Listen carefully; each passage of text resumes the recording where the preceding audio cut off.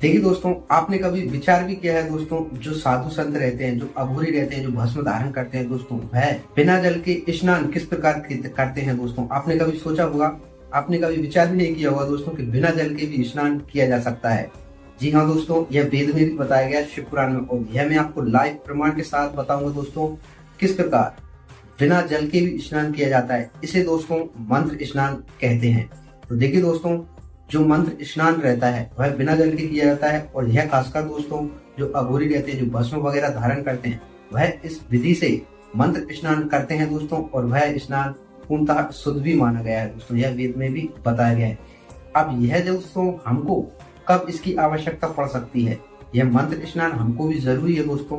देखिए, अब यह हमको किस अवस्था में इस विधि का प्रयोग करना चाहिए दोस्तों, यानी मंत्र स्नान हमको कब आवश्यकता पड़ सकती है, कब हमको इसका प्रयोग करना चाहिए। देखिए दोस्तों, इसके भी कारण बताए गए हैं। जैसे मान लीजिए हम कहीं पर भी यात्रा पर गए हों, वहां पर हमको जल का अभाव हो, या कोई भी जल की व्यवस्था ना हो, या किसी भी कारणवश, या आप बीमार हो, ठीक है, इस अवस्था में आपका स्वास्थ्य ठीक ना हो, ठीक है, इस अवस्था में, ठीक है, या आप यात्रा पर गए हो, उस अवस्था में आपको जल का अभाव हो, आपको जल ना मिल सके उस अवस्था में, ठीक है, या कोई भी कारणवश मान लीजिए दोस्तों, खासकर यात्रा पर ध्यान रखिए दोस्तों, आप यात्रा पर गए हो, प्रथम नियम दोस्तों प्रतिदिन स्नान। अगर आप 5 दिन रुके हो, 10 दिन रुके हो, तो प्रतिदिन स्नान अवश्य करें दोस्तों।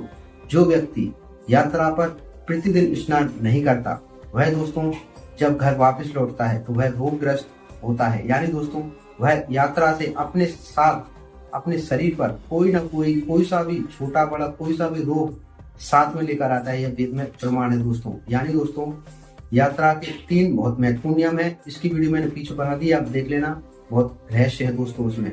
तो इन्हीं अवस्था में दोस्तों हम इस विधि का प्रयोग कर सकते हैं। तो यही बात आपको मैं बताऊंगा दोस्तों कि मंत्र स्नान किस विधि से किया जाता है और क्या इसका रहस्य है, और यह मैं आपको लाइव प्रमाण दूंगा दोस्तों, जो वेद में बताया गया है। तो देखिए दोस्तों, वीडियो पूरा देखिए, और वीडियो पूरा देखने के बाद अगर वीडियो अच्छा लगे तो वीडियो को लाइक कर देना, और ऐसी ही सत्य जानकारी के लिए दोस्तों मेरे इस चैनल को सब्सक्राइब अवश्य कर लेना। तो देखिए दोस्तों, वीडियो स्टार्ट करते हैं। आखिर आपको बताते हैं दोस्तों कि बिना जल के भी स्नान किया जा सकता है, जिसे हम मंत्र स्नान कहते हैं। तो देखिए दोस्तों, किस प्रकार मंत्र स्नान किया जाता है, ध्यान से सुनिए दोस्तों। आपो ही षढ़ा, यह मंत्र है दोस्तों, जो आपको स्क्रीन पर भी दिख जाएंगे, ठीक है। आपो ही षढ़ा, इस मंत्र से पाप शांति के लिए सिर पर जल छिड़कें। इस मंत्र का उच्चारण करें और अपनी अंजलि पर थोड़ा सा जल लेकर और अपने सिर पर छिड़क लें। यस्य छाया, इस मंत्र का उपयोग करें। यस्य छाया, इस मंत्र को पढ़कर पैर पर जल छिड़कें। इस मंत्र का उच्चारण करें, यानी दोस्तों यस्य छाया, इस मंत्र को पढ़कर पैर पर जल छिड़कें। इस मंत्र का प्रयोग करें दोस्तों, यस्य छाया, और अंजलि पर थोड़ा सा जल लेकर और अपने पैरों पर जल छिड़क लें। इसे संधि प्रोक्षण कहते हैं। और आपो ही षढ़ा इत्यादि मंत्र में 3 सृचाएं हैं, और प्रत्येक सृचा में गायत्री छंद के 3 चरण हैं, यानी 3-3 चरणों में यह कार्य करना है।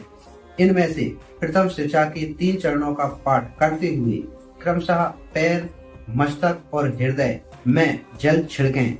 दूसरी सृचा के 3 चरणों को पढ़कर क्रमशः मस्तक, हृदय और पैर में जल छिड़कें, तथा तीसरी सृचा के 3 चरणों का पाठ करते हुए क्रमशः मस्तक, पैर और हृदय पर जल छिड़कें, यानी जल का प्रोक्षण करें।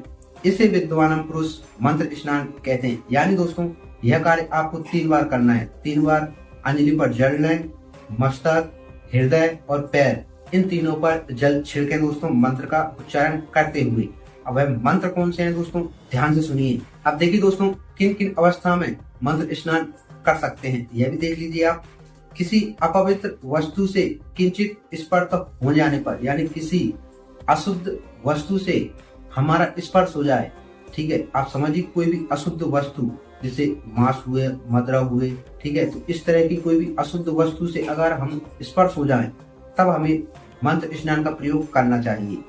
अपना स्वास्थ्य ठीक ना होने पर, ठीक है, एक तो यह है, राज्य व्यय या राष्ट्र व्यय उपस्थित होने पर, तथा यात्रा काल में, ध्यानपूर्वक सुनिए दोस्तों, यात्रा काल में जल की उपलब्धि न होने की व्यवस्था आ जाने पर मंत्र स्नान करना चाहिए। यह बहुत महत्वपूर्ण नियम है दोस्तों। इन अवस्थाओं में दोस्तों मंत्र स्नान करना चाहिए।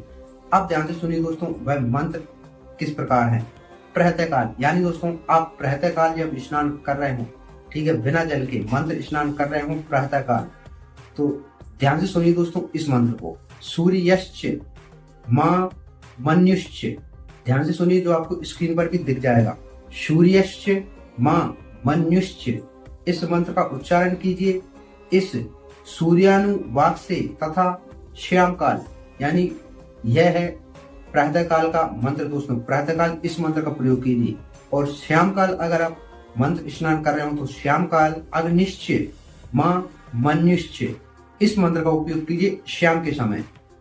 इस अग्नि संबंधी अनुवाक से जल का आचमन करके पुनः जल से अपने अंगों का प्रोक्षण करें। इन मंत्रों का 3 बार उच्चारण करें दोस्तों, यानी आप अगर प्रातःकाल स्नान कर रहे हो तो 3 बार सूर्यश्च मां मन्युश्च, इस मंत्र का 3 बार उच्चारण कीजिए, और तीनों बार अपने हाथ पर जल लेकर और तीनों बार अपने शरीर पर जल छिड़किए, यानी सिर पर, हृदय पर और पैर पर, इन तीनों स्थानों पर जल छिड़किए। 3 बार इस मंत्र का उच्चारण कीजिए, और यही विधि श्याम काल में कीजिए दोस्तों। अग्निश्च मां मन्युश्च, इस मंत्र का उपयोग कीजिए और तीनों बार यही कार्य शाम के टाइम कीजिए। यह इसे दोस्तों मंत्र स्नान कहा जाता है। मध्याह्न काल में भी, मध्याह्न काल दोस्तों यानी बीच का समय, मध्याह्न काल समझिए आप। अब मध्याह्न काल में अगर आप स्नान करते हैं, आपह पुनन्तु, ये इस यह मंत्र है दोस्तों, आपह पुनन्तु, इस मंत्र से आचमन करके पूर्वतम प्रोक्षण करना चाहिए।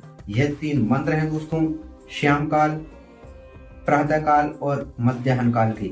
इन तीनों मंत्रों को ध्यान से याद रखिए दोस्तों। इन तीनों मंत्रों का विधान है दोस्तों। इन तीनों मंत्रों के द्वारा आप एक समय में एक मंत्र का प्रयोग कर आप मंत्र स्नान कर सकते हैं। बहुत सरल है दोस्तों, कोई कठिन नहीं है।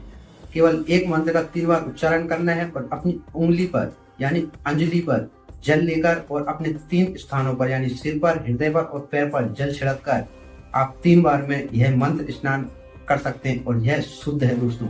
यह वेद में यानी महाशिव पुराण में बताया गया है।